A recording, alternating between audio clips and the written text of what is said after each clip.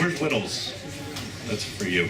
Okay. I'm sorry I'm wearing this hat, but I'm an asshole. Home. Those 4 letters elicit glorious images of childhood. Lazy days at the pool, Slurpees, hanging out with friends, road trips. Shooting said friends with a BB gun to prove it doesn't hurt. Don't worry, that'll scrub out of your cheek tonight in the shower. Family. After disappearing off to college, moving to a different time zone, working for a few years, family starts to mean more than all those shitty memories of getting all your shit stolen by your younger bitch sister and not being the greatest athlete in high school sports since a young LeBron. Thanks, Dad, but if I don't make the Olympics, it's your genetics fault. Yeah, home starts to sound pretty good for any sane person. Of course, then you actually go home. I mean, you get a job in the other time zone, you save up a little cash, and before you know it, that childhood friend you haven't talked to since middle school decides to get married. Back home in Georgia, in the middle of nowhere. So it seems like a great idea. Buy a plane ticket, go visit home, because it's been a few years since you've met up with your parents in their natural habitat. And just for a moment, you forget how backwards a small town in the Deep South can be. You forget that your parents have narrowly avoided stints on reality shows like Hoarders, Cops, Dog the Bounty Hunter. You forget why that friend who sent you the wedding invite is still living in his parents' house. Hell, you forget that his fiancée is also living in his parents' house. So when the innocent little invitation arrives in the mail, you realize you haven't seen your parents at home for a couple of years, and that this wedding would be a good excuse to see friends and family. So anyway, I do go home. I fly home, I rent a car. Pulling up to my parents' driveway, I am already starting to get a sinking feeling. Maybe it was the 4 redneck fishing boats parked to the side. Maybe it was all the random traffic cones my parents had strewn about the front yard. But before I can act on any ill forebodings, my mom is at the door, looking stressed out and desperate. That's when I remember her general demeanor is one bordering on a psychotic breakdown. All I can do is minimize the burden of her high-strung personality presents and accept her offer of spaghetti. Over dinner, I catch up with both my mom and dad, who, desperate not to send me running, attempt their best behavior. We manage a pleasant conversation about recent going-ons. A friend of a friend who got shot here, an acquaintance who is in jail for trying to rob a drug dealer there. You know, the usual towny idiocy. However, knowing that I can't change any of these people and their events don't really affect me, all I can do is listen and try to enjoy the spaghetti. Just as I do start to feel a little frustration after learning my sister failed to graduate college and is moving back home, my parents share news that actually does involve me. The wedding. The wedding I plan to attend will be a dry wedding. And side note, my parents are coming along. Suddenly, I've made 2 mistakes. One, I went home in the first place. I somehow freely chose to visit parents who, although well-behaved to this point, are clearly suppressing their personalities, which once unleashed could send even Sigmund Freud jumping out the window. And 2, I somehow committed myself to going to a wedding with no fucking booze. Have you ever been to a wedding with no alcohol? It's like board game night where half the pieces are missing. And every time something happens, everybody just stares blankly at each other. You don't really have everything in the box to play the game the right way, so you have to make some of it up as you go along. Also, all those drunk, horny Vince Vaughn, Owen Wilson wedding crashers girls don't show up because there's no open bar. Sodomy by boredom. That's what a dry wedding is. Of course, with my parents invited, it will end up manifesting itself more like Jumanji. Completely out of control and Robin Williams chasing you around your neighborhood. My parents. Okay, if you think your parents are crazy, you've never met mine. My parents are the kings of crazy. If you mix Snooki, Bill Cosby, and Jack Nicholson together, add a dash of Heath Ledger's Joker, and let it age to the point where it wanders around the front yard with no pants on because it doesn't give a shit, well, You're starting to approach what my parents were like before they retired. I couldn't make this up. Since moving in, my parents' neighbors have installed cameras. These cameras point directly at my parents' house. The cameras are not there for security. They're for safety. They're like a NORAD early detection system for my parents' batshit craziness.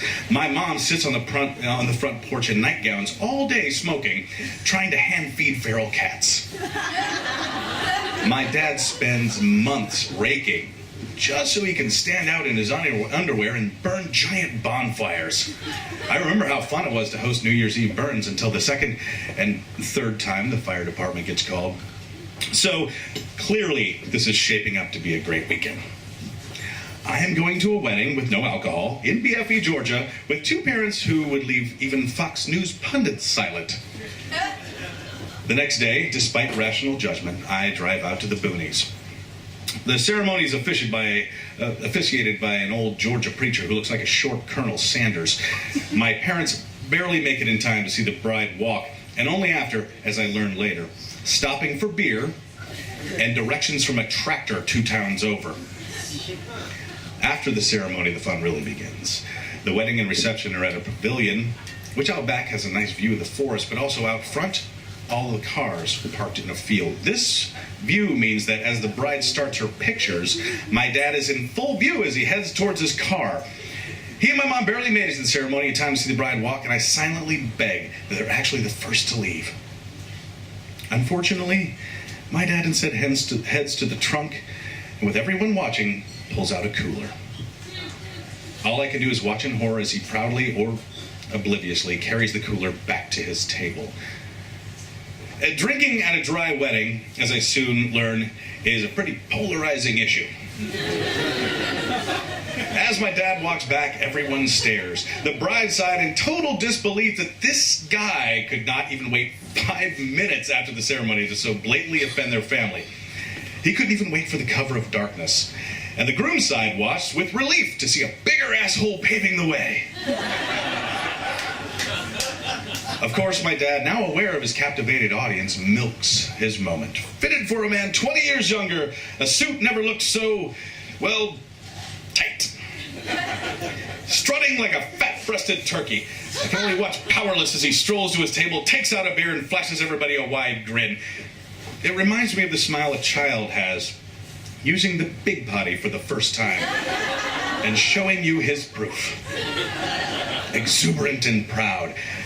However, in the case of my parents and this wedding, absurdity isn't something I can flush away. My parents, never knowing the difference between positive and negative attention, prove that nothing's changed, and all I can do is stay clear of the blast radiance and feign ignorance.